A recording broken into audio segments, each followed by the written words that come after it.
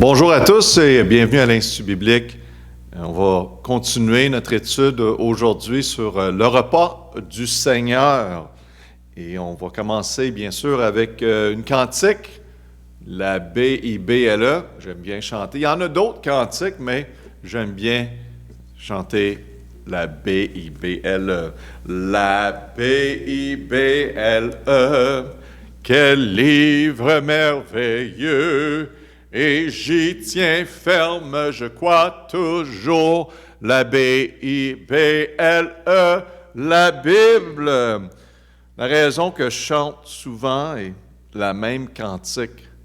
Parce que si vous chantez cette cantique dans votre foyer, à travers de votre journée, et vous croyez à cette cantique-là, ça va changer votre vie. Amen. Donc, chantez de tout cœur avec la parole de Dieu qui a été préservée pour nous aujourd'hui. C'est la parole de Dieu. On chante la B-I-B-L-E, quel livre merveilleux, et j'y tiens ferme, j'y crois toujours, la B-I-B-L-E, la Bible. Amen. Restez proches de la parole de Dieu. Peut-être vous êtes dans des moments de difficulté. Peut-être vous êtes en train de considérer si l'Institut biblique, c'est pour vous. Mes amis, même si vous n'avez pas l'appel de pasteur, missionnaire ou quoi que ce soit, d'être un chrétien qui connaît la parole de Dieu, c'est tellement important. Et je vous encourage, même à travers de tous les choses que vous devez accomplir sur cette terre, tout le travail d'éducation peut-être à l'école et les défis que vous faisiez face jour après jour, de continuer. Vous n'allez jamais regretter de vous donner à apprendre la parole de Dieu. Mais il y en a plusieurs qui me disent, j'aurais dû, quand j'étais jeune, j'aurais dû m'impliquer et apprendre la parole de Dieu. Il y a tellement de sagesse dans ce livre. Et donc, continuez, mes amis, on ne lâche pas pour la gloire de Dieu. Le repas du Seigneur, la deuxième leçon. Et j'aimerais regarder un petit peu avec vous dans l'Ancien Testament, la Pâque, et aussi comment le tout vont ensemble avec le repas du Seigneur du Nouveau Testament. Dans l'Exode, chapitre 12 et verset 21, on va lire ici, « Moïse appela donc tous les anciens d'Israël et leur dit, « Allez et prenez du menu bétail pour vos familles et immolez, qui veut dire tuer, la Pâque. » Donc le mot à remplir, c'est « Pâque. » Et vous prendre un bouquet d'hysope, vous le tremperez dans le sang qui sera dans le bassin et vous aspergez du sang qui sera dans le bassin. Le latin de « nul de vous sortira de la porte de sa maison jusqu'au matin ». Donc, le sang est le mot qui manque ici. Et voici qu'est-ce qui se passe, la Pâque, verset 23. « Et l'Éternel passera pour frapper l'Égypte, et il verra le sang qu'il a dit de mettre sur le bord, le cadrage de la porte. Et quand il allait voir le sang qui était appliqué, la Bible dit, il verra le sang sur le linteau et sur les deux poteaux, et l'Éternel passera par-dessus la porte, puis il va laisser cette maison en paix. Et ne permettrait point aux destructeurs d'entrer dans vos maisons pour frapper. Verset 24, « Vous garderez comme ceci une ordonnance. » C'est ça à remplir, ordonnance perpétuelle pour vous et pour vos enfants. Et quand vous entrerez au pays que l'Éternel vous donnera, comme il l'a dit, vous, verset 25, l'espace à remplir, c'est observer cette cérémonie.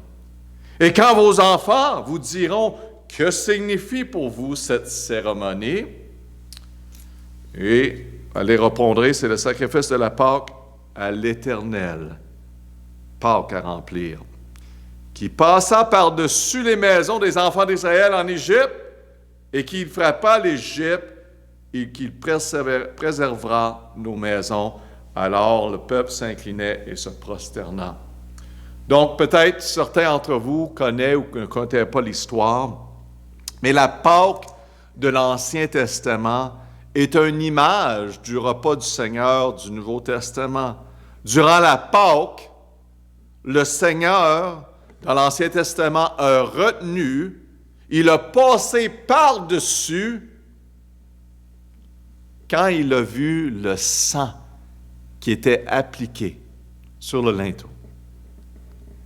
De la même façon, le repas du Seigneur est pour mettre en mémoire l'application du sang de Jésus-Christ dans notre propre vie, qui a été appliqué quand on a reçu Jésus-Christ, car quand le jugement va passer, amen, et le jour s'en vient du jugement, il va passer par-dessus, on ne sera pas jugé car il a vu le sang. Il va voir son Fils bien-aimé Jésus-Christ, l'agneau de Dieu, au lieu de voir moi, parce que je suis sauvé. J'ai accepté le Seigneur Jésus-Christ comme sauveur. Voyez-vous le parallèle avec l'Ancien Testament? Et la beauté de ça, c'est quand vos enfants vous diront, verset 26 d'Exode 12, « Que signifie pour vous cette cérémonie? » Wow! Qu'est-ce que Dieu a fait pour nous? Le repas du Seigneur est un outil pour enseigner notre génération. Le Seigneur a passé par-dessus. On n'a pas été afflicté. Il n'a pas tué le premier-né comme ceux des Égyptiens, parce que le sang était appliqué. Et c'est ça la différence entre un chrétien et non chrétien. C'est qu'il est pardonné, le sang a été appliqué. Il a reçu Jésus-Christ, le Sauveur, lui qui pardonne les péchés. Donc, ceci, c'est une cérémonie qui sera une ordonnance perpétuelle que la Bible dit dans l'Ancien Testament. Et quand Jésus était avec ses disciples, le dernier repas, ensemble, avant la crucifixion, la Bible nous dit dans 1 Corinthiens 11, 25, de même aussi, après avoir soupé, il a pris la coupe et il dit, cette coupe est la nouvelle alliance et mon sang. Faites ceci en mémoire de moi toutes les fois que vous en boirez. Encore, on voit le mémorial qui continue. La raison et le pourquoi du repas du Seigneur est bien mentionné pour nous dans 1 Corinthiens 11, 23 à 26. Ça nous dit ici, c'est pour moi, j'ai reçu du Seigneur.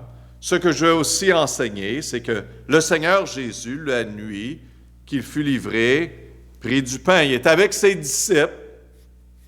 Et ayant rendu grâce, il le rompit, dit, prenez, mangez. Ceci est mon corps qui est rompu pour vous. Faites ceci en mémoire de moi. Mémoire est le mot à écrire dans l'espace.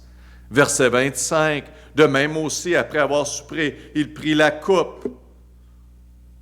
Il dit, cette coupe est la nouvelle alliance en mon sang. Donc, la significance de son sang versé, verset 24, c'est son corps rompu. Et ici, c'est son sang. Faites ceci encore en mémoire de moi, toutes les fois que vous en boirez. Donc, l'espace à remplir, c'est mémoire. Car toutes les fois, verset 26, que vous mangez de ce pain et que vous buvez de cette coupe, vous annoncez la mort du Seigneur jusqu'à ce qu'il vienne. C'est vraiment un temps de mettre qu'est-ce que Jésus a fait pour nous sur la croix.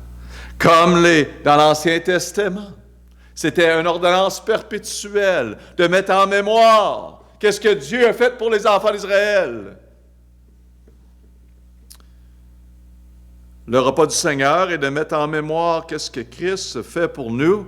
En mémoire, on met en mémoire le fait que Christ a donné l'espace à remplir, premier corps, qui a donné son corps et versé son sang pour nous offrir la vie éternelle. On met en mémoire sa mort, son sacrifice pour nous, jusqu'à ce qu'il revienne. C'est perpétuel, ça continue. On continue de mettre ces choses en mémoire. Les éléments du repas du Seigneur, on en a parlé la semaine passée, sont symboliques. C'est du pain sans levain, qu'on a mentionné, et du jus de raisin. Le pain représente le corps de Christ qui est offert pour nous, volontairement, et le jus représente le sang de Christ qui est versé pour nous sur la croix. Qui devrait observer le repas du Seigneur? Qui? Bien, les deux conditions pour le repas du Seigneur, c'est le monde qui sont sauvés, c'est le salut et le baptême. Et on voit ici dans le livre des Actes 2, 41 et 47, on a parlé de ça, qu'une église du Nouveau Testament est une assemblée organisée de croyants baptisés.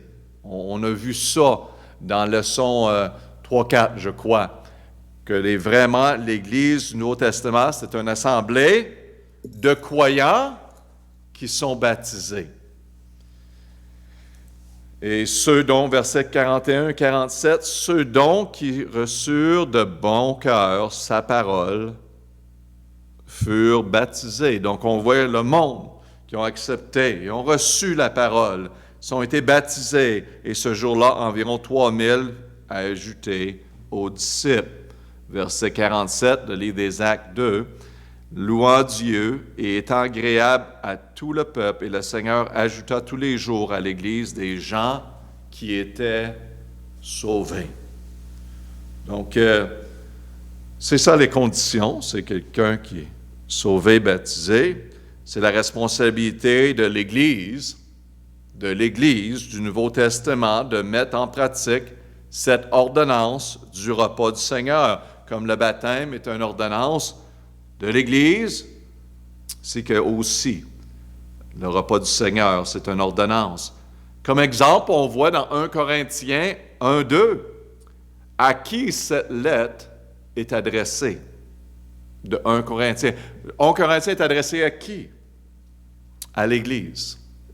À l'Église. L'espace à remplir, c'est à l'Église de Corinthe, de Dieu qui est à Corinthe, à ceux qui ont été sanctifiés en Jésus-Christ, qui sont appelés saints, et à tous ceux qui sont invoquent, au quelque lieu que soit, le nom du Seigneur Jésus-Christ, leur Seigneur et le nôtre.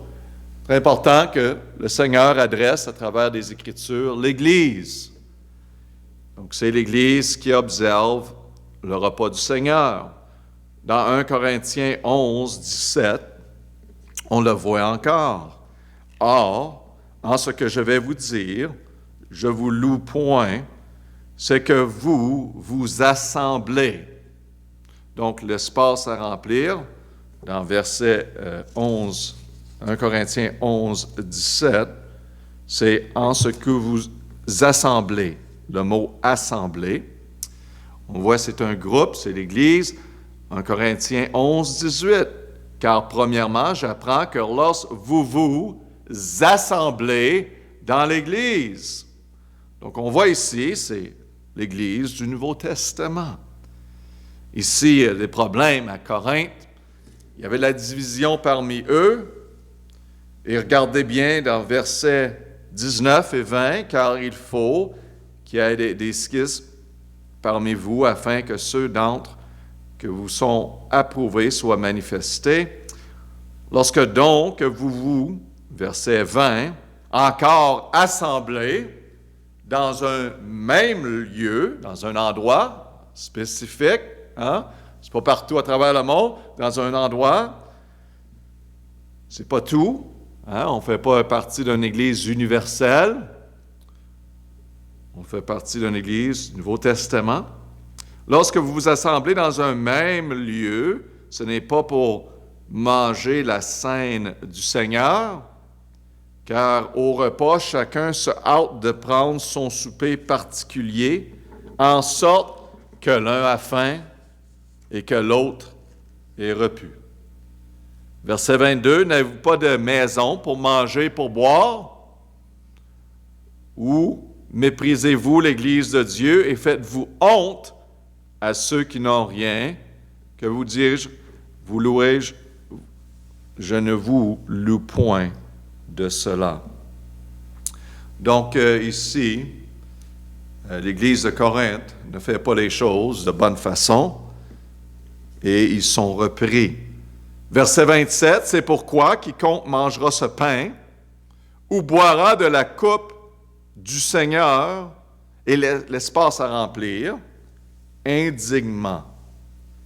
Indignement. Et verset 27, sera coupable envers le corps et le sang du Seigneur. Donc c'est très clair de qu'est-ce qui se passait dans l'Église de Corinthe. Et le problème ici de prendre le repas du Seigneur indignement parle spécifiquement dans notre contexte. Puis je vais vous dire quelque chose, comme étudiant de la parole de Dieu, restez dans le contexte. Regardez à qui ce passage est adressé. C'est très important. Ici, on voit le problème du repas du Seigneur parle spécifiquement des personnes qui prenaient pour acquis l'ordonnance du repas du Seigneur. Au lieu de venir ensemble pour mettre Christ en mémoire, qui était la raison, qui est toujours la raison pour le repas du Seigneur, ils sont venus pour avoir un festin, un party. C'était à propos d'eux. Ils ont oublié, ils ont mis de côté la raison pour ce temps. Donc, l'avertissement de Paul ici n'était pas à ceux qui menaient une vie indigne et aspiraient au pardon, mais à ceux qui se moquaient de ce qui aurait dû être le plus sacré et le plus solennel par leur comportement à leur repas. Car c'est enseigné que le repas du Seigneur est pour les dignes. Donc, qu'est-ce que ça veut dire, la significance des dignes? Bien sûr, c'est enseigné parfois et souvent qu'on parle de ceux qui sont vraiment en règle avec Dieu. Donc, ceux, oui, sauvés, baptisés, mais vraiment en règle avec Dieu. Dites-moi le niveau de règle qu'il faut obtenir pour en faire partie du repas du Seigneur. Est-ce qu'on devient un juge à ce point-ci? Est-ce qu'on dit certains péchés sont acceptables, certaines choses? Voyez-vous le problème avec ceci? Bien sûr, c'est mentionné que vous devez tout mettre en règle avant d'y participer à ce repas du Seigneur, car vous n'êtes pas digne. Est-ce que c'est vraiment ça qui est enseigné ici? Et la seule façon, mes amis, que nous sommes dignes d'y participer n'est pas à cause de nous. Vous savez, parce que personne pourrait y participer. Mais lui, le Seigneur, nous a rendus dignes quand il a mis son Fils sur la croix, quand il a mis nos péchés sur Jésus et quand il a pris la justice de Christ et il l'a mis sur nous. C'est la seule raison que nous sommes dignes, que nous sommes sauvés. Donc, si le sujet d'y participer est à propos de nous, d'être dignes, basé sur notre performance vers Dieu, si c'est le cas, personne pourrait y participer. Car en réalité, il n'y a pas une personne ici qui serait digne. Mes amis, Comme j'ai dit, c'est par le sang de Jésus-Christ et non notre performance. Seulement Jésus-Christ, par son sang qui nous a sauvés, nous sommes devenus dignes. Ne manquez pas le point. Allez pas dire que le pasteur dit que tu peux faire n'importe quoi puis faire partie de l'Église. C'est pas ça que je dis. Écoutez bien. On devrait toujours maintenir une bonne communion avec l'Éternel et confesser nos péchés jour après jour et garder une bonne communion avec notre Seigneur, rester en règle avec notre Seigneur. Ça, on le sait. Mais le repas du Seigneur, ce n'est pas à propos de nous. C'est à propos de lui. Le salut n'a rien à faire avec nous. Ça a tout à faire avec lui. Ça a tout à faire avec lui. Qu'est-ce qu'il a fait pour nous? C'est le temps qu'on met en mémoire, qu'on prend le temps de réfléchir. Il y a un temps, mes amis, pour toutes choses. Et qu'est-ce qui est triste aujourd'hui? C'est devenu un temps que les églises utilisent, les pasteurs utilisent le repas du Seigneur pour mettre de la pression sur les membres, peut-être qui ne sont pas en accord. Puis je dis, garde, on devrait toujours garder une bonne relation. Ou peut-être qu'ils sont vraiment pas en accord, avez-vous donné votre offrande? Hein? Mettre la pression à travers de tellement de choses pour en faire partie. Tu sais, tout ça, là, ça devient où que l'attention est sur l'homme, on oublie la raison pour laquelle on vient, puis là, le monde commence à se questionner, est-ce que je peux en faire partie? Oui, je suis sauvé, oui, je suis baptisé, mais j'ai certains défis dans ma vie, mais de la misère, mais je veux que le Seigneur m'aide. Ah, je ne viendrai pas à l'Église. Quel niveau, pasteur? Ils demandent à leur pasteur, quel niveau? J'ai un problème ici. Je n'ai pas réglé ça, je peux-tu en faire partie? Ah, mes amis, qu'est-ce que ce qui est devenu du repas du Seigneur? L'attention devient sur l'homme. Ce n'est pas à propos de nous, c'est à propos de lui. On vient ensemble pour lui donner attention à ce qu'il a fait pour nous. La fréquence d'observation, dans 1 Corinthiens 11, 26, ça nous dit bien, car tous les fois que vous mangez de ce pain et vous buvez de cette coupe, vous annoncez la mort du Seigneur, jusqu'à ce qu'il vienne. C'est donc l'espace à remplir, c'est car toutes les fois que vous mangez de ce pain. C'est vraiment un temps spécial. Donc, il y a des églises qui vont le faire quelques fois par année, 4 fois par année, des églises qui vont avoir le repas du Seigneur à chaque mois, des églises qui vont avoir le repas du Seigneur une fois par année, avant, bien sûr, la crucifixion, semaine avant la résurrection, pour être en ligne avec les disciples et le Seigneur avant qu'il ait été crucifié. Donc, vous pouvez décider en Église, parce que la Bible ne mentionne pas vraiment la fréquence, mais qu'est-ce qui est important, c'est d'être biblique quand on a le repas du Seigneur. Après les 12 ont pris ce repas ensemble, la Bible nous dit dans Matthieu 26, 30, « Et après qu'ils eurent chanté la cantique, ils partirent pour la montagne des Olives. » Donc, après absorber le repas du Seigneur, c'est bien de terminer la réunion par une cantique. Encore, c'est tout à propos de lui et lui donner gloire. Donc, je vais passer un peu de temps parce que au sujet de autres religions ou autres groupes qui enseignent autrement, juste pour mettre les choses au clair, je sais que, comme exemple, l'Église catholique romaine est bien reconnue à travers de ce monde et leurs pratiques, mais que dit la Bible au sujet de la messe catholique romaine?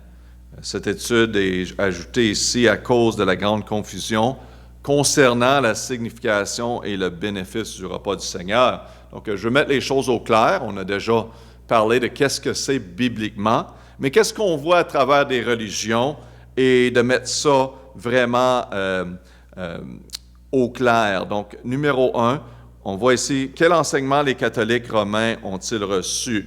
Donc, la messe et le sacrifice de Jésus-Christ qui est réellement présent sur l'autel, qui est offert à Dieu par le prêtre pour les vivants et pour les morts. Donc, la messe, la significance de la messe, c'est ça que ça veut dire, que Jésus-Christ est vraiment réel et présent sur l'autel pour les vivants et pour les morts. C'est pour ça qu'ils vont dire, durant les morts, on va continuellement offrir des messes et le procès de purgatoire de quel qu'ils croient. Purgatoire n'est pas mentionné du tout dans la parole de Dieu. C'est le ciel ou l'enfer. Il n'y a pas de milieu, mes amis. Et ça, c'est encore quelque chose qui a été intégré dans l'Église pour contrôler, manipuler, aller chercher le portefeuille des personnes et offrir des messes. Ah oui, on va offrir des messes. On va allumer des chandelles, donner de l'argent pour aider vos aimés d'aller du purgatoire au ciel. Quelle folie! Mais c'est une folie qui est très payante, qu'à ce jour-ci, ils continuent de dire le même mensonge. Et les prêtres ne le croient même pas, mais ils le font parce que c'est profitable. Que lors de la parole numéro 2, de consacration par le prêtre, hoc et corpus mium, c'est le procès de quel l'hostie et le vin alcoolisé sont littéralement changés dans le vrai corps et le vrai sang de Jésus. Donc, c'est appelé le procès de transubstantiation, le procès de quel, quand le prêtre est en train de faire sa préparation, il croit vraiment, par ce procès, que c'est le vrai corps et le sang, et non pas une signification, mais c'est vraiment ça. Donc, c'est pour ça, tous les semaines, il l'offre, c'est pour ça qu'il conduit de cette façon-là, c'est pour ça que l'hostie est placée de cette certaine façon, et toutes les choses sont faites de la façon qu'ils font parce qu'ils ont mis beaucoup d'emphase dans le fait que c'est vraiment le corps et le sang de Jésus-Christ. Que d'assister à la messe est un moyen d'obtenir la grâce pour le salut en mangeant réellement la vraie chair de Jésus, que c'est un péché mortel de ne pas recevoir la Sainte Communion à Pâques, surtout. Donc, il y a beaucoup d'emphase qui est mis.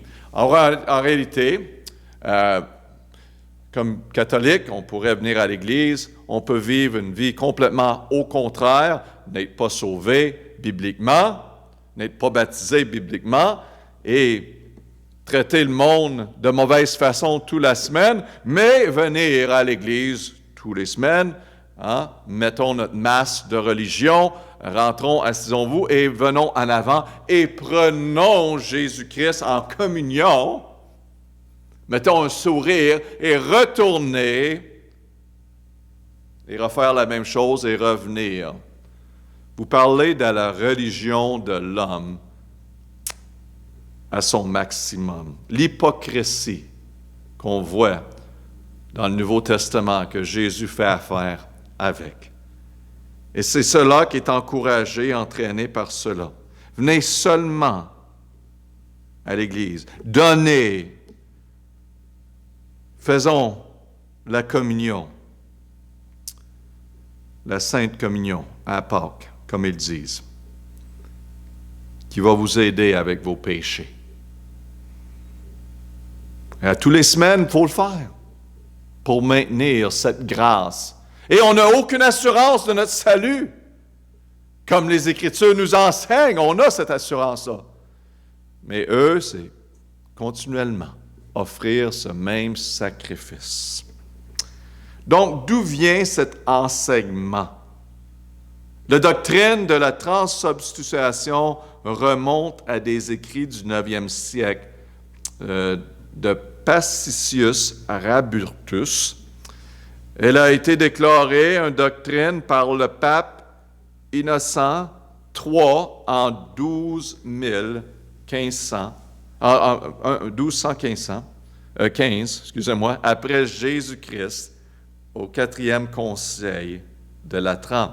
C'est un enseignement basé sur une interprétation littérale de Matthieu 26, 26 à 28 et Jean 6, 53 et 58, qui vont utiliser et reciter, bien sûr, mais c'est incroyable d'utiliser des contextes ici qui sont clairement pas à prendre littéral, à un niveau qu'un enfant pourrait le comprendre, mais ils choisissent de ne pas. Regardez avec moi dans Jean 6, 53 et 58, Matthieu 26, 26 à 28. Et comme il mangeait, Jésus prit du pain et ayant rendu grâce, il le romput et le donna à ses disciples. Donc, ils sont ensemble, les 12, et prenez, mangez, ceci est mon corps. Donc, quand Jésus est avec eux, vous savez c'était pas lui-même qui était en train de manger, mais c'était du pain, et ceci est mon corps. Ayant pris la coupe et rendu grâce, il leur donna en disant, buvez en tous, car ceci est mon sang. Le sang de la nouvelle alliance, qui est répandu pour plusieurs pour la remission des péchés. Donc Jésus ici est en train de leur dire qu'est-ce qu'il doit faire. Et encore, on voit dans Jean 6, 53 à 58, Jésus leur dit en vérité, je vous le dis, si vous ne mangez la chair du Fils de l'homme et si vous buvez son sang, vous n'aurez point la vie en vous-même. Donc, voyez-vous ici, il prend ce texte encore, d'une façon littérale, qu'il doit manger la chair du Fils de l'homme. Imaginez-vous, et buvez de son sang pour avoir la vie. Et on doit le faire continuellement. C'est le message du salut, mes amis? Pas du tout. Mais je veux vous dire que les sectes vont prendre un passage ou certains passages qui n'en vont pas du tout avec l'entière, complète, la parole de Dieu partout à travers les Écritures. Ils vont soutenir seulement quelques passages pour enseigner tout un mensonge. Verset 54, « Celui qui mange ma chair et qui boit mon sang a la vie éternelle. Et je le ressusciterai au dernier jour. Car ma chair est véritablement une nourriture et mon sang est véritablement un breuvage. Celui qui mange ma chair et qui boit mon sang demeure en moi et moi en lui. Comme le Père qui est vivant m'a envoyé, et que je vis par le Père, ainsi que celui qui mangera vivra par moi. C'est ici le pain qui est descendu du ciel. Ce n'est pas comme vos pères qui ont mangé la manne, ils sont morts. Celui qui mangera ce pain vivra éternellement. Amen. Donc,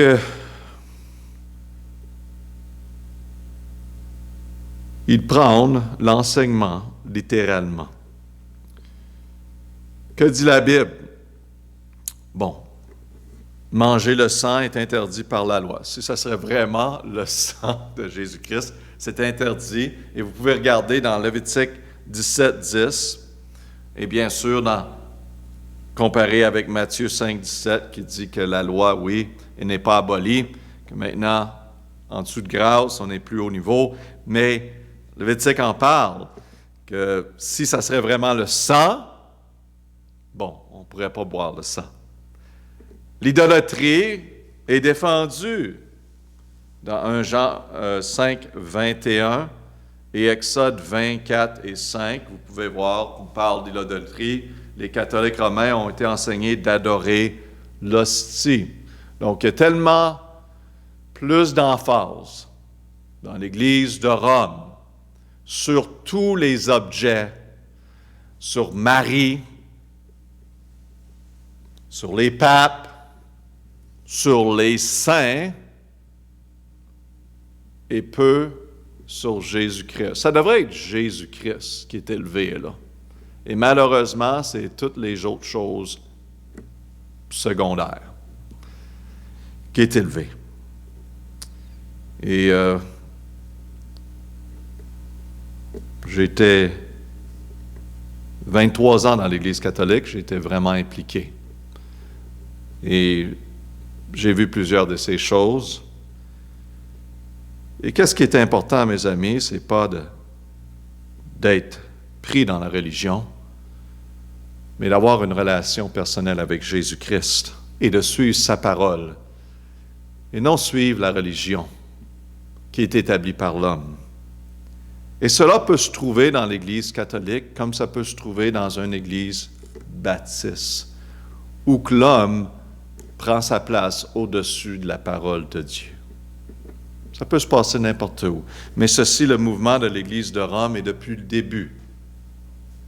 Et c'est intégré dans ce mouvement.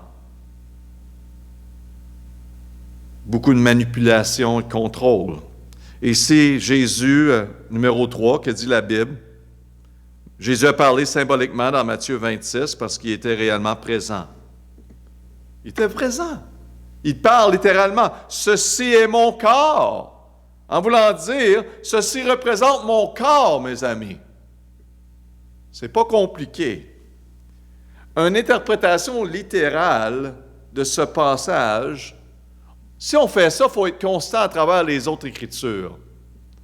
Et si on prendrait même dans Matthieu, verset 16, 23, si on prend celui-ci, littéral, donc Matthieu 16, 23, mais Jésus se tournant dit à Pierre, « Arrière de moi, Satan, tu mets mon scandale, car tu as pensé ne sont pas aux choses de Dieu, mais à celles de l'homme. » Donc, Pierre et Satan. OK.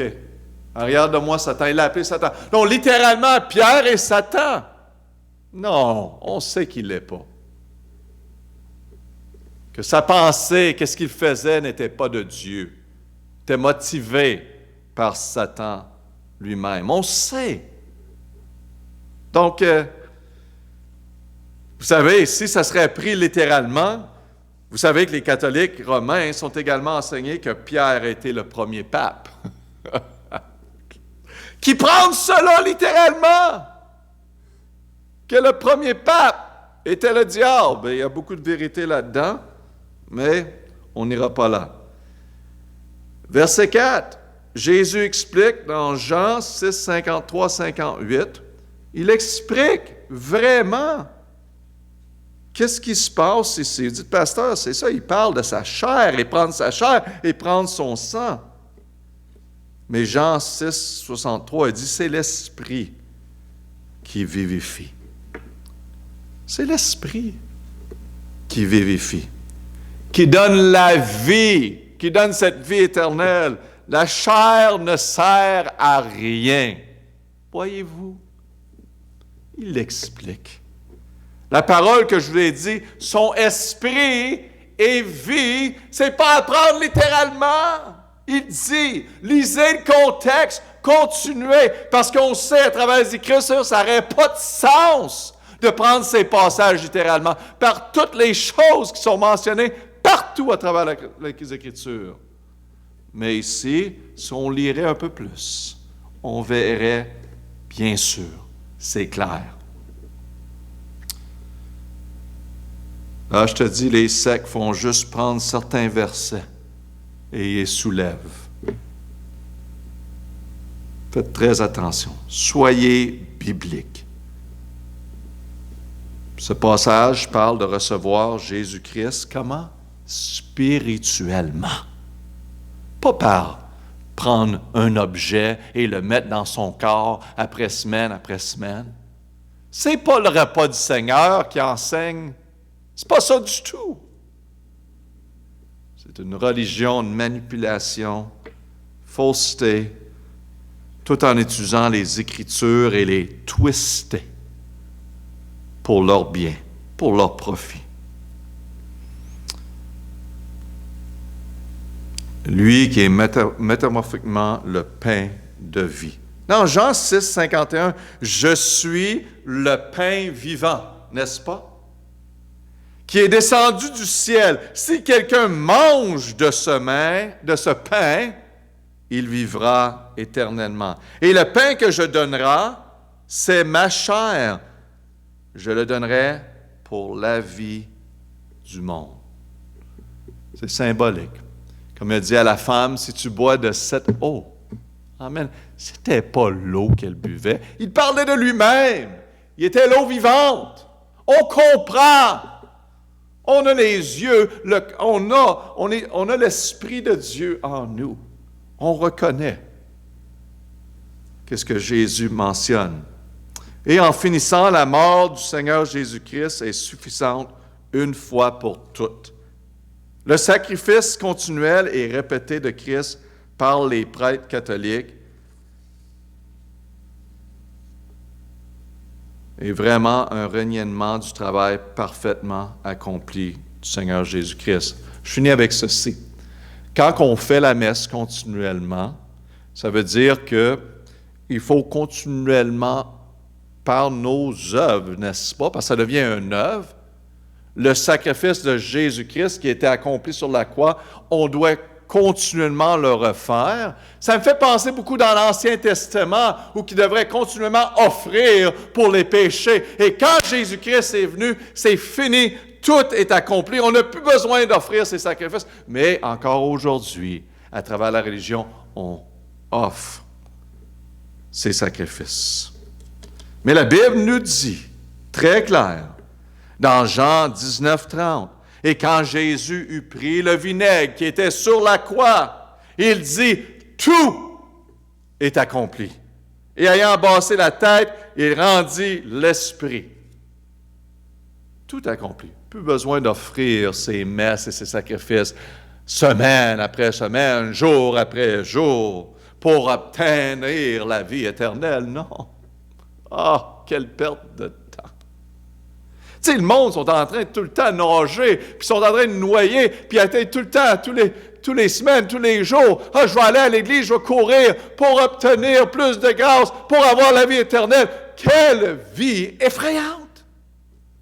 Moi, aujourd'hui, mes amis, je suis en paix, j'ai la vie éternelle. Quand Jésus va revenir, je serai avec lui, pas parce que je suis bon, mais parce que j'ai reçu Jésus-Christ, son sacrifice parfait. Tout est accompli. Amen. La Bible dit, quiconque croit en lui a la vie éternelle. Je le confesse et je crois en lui. C'est pas compliqué. Puis aujourd'hui, au lieu d'être inquiété si je dois être avec la présence de Dieu, mes amis, je me donne à l'œuvre de Dieu. Amen. La fondation est établie, on peut bâtir, on peut avancer. Et ça le dit bien dans Hébreux 10, 10 et 12.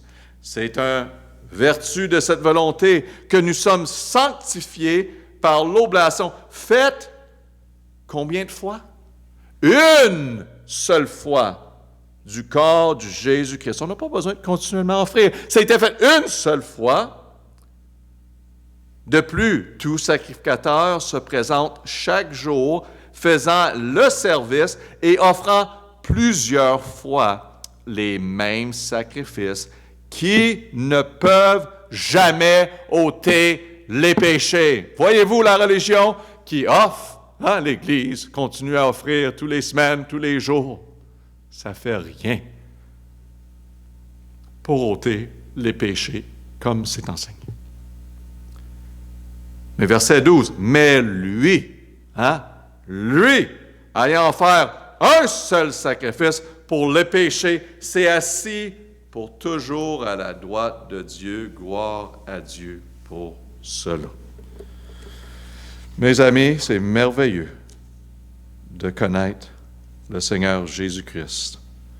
Et en finissant, comment un prêtre peut-il apparaître Christ? Comment il peut faire ce procès-là, blanc, blanc, blanc, blanc, hocus pocus, et tourner le vin ou le jus de raisin en vin, le sang de Christ et le pain en le corps de Christ à travers de hocus pocus, sa petite prière qu'il fait. C'est des folies, mes amis.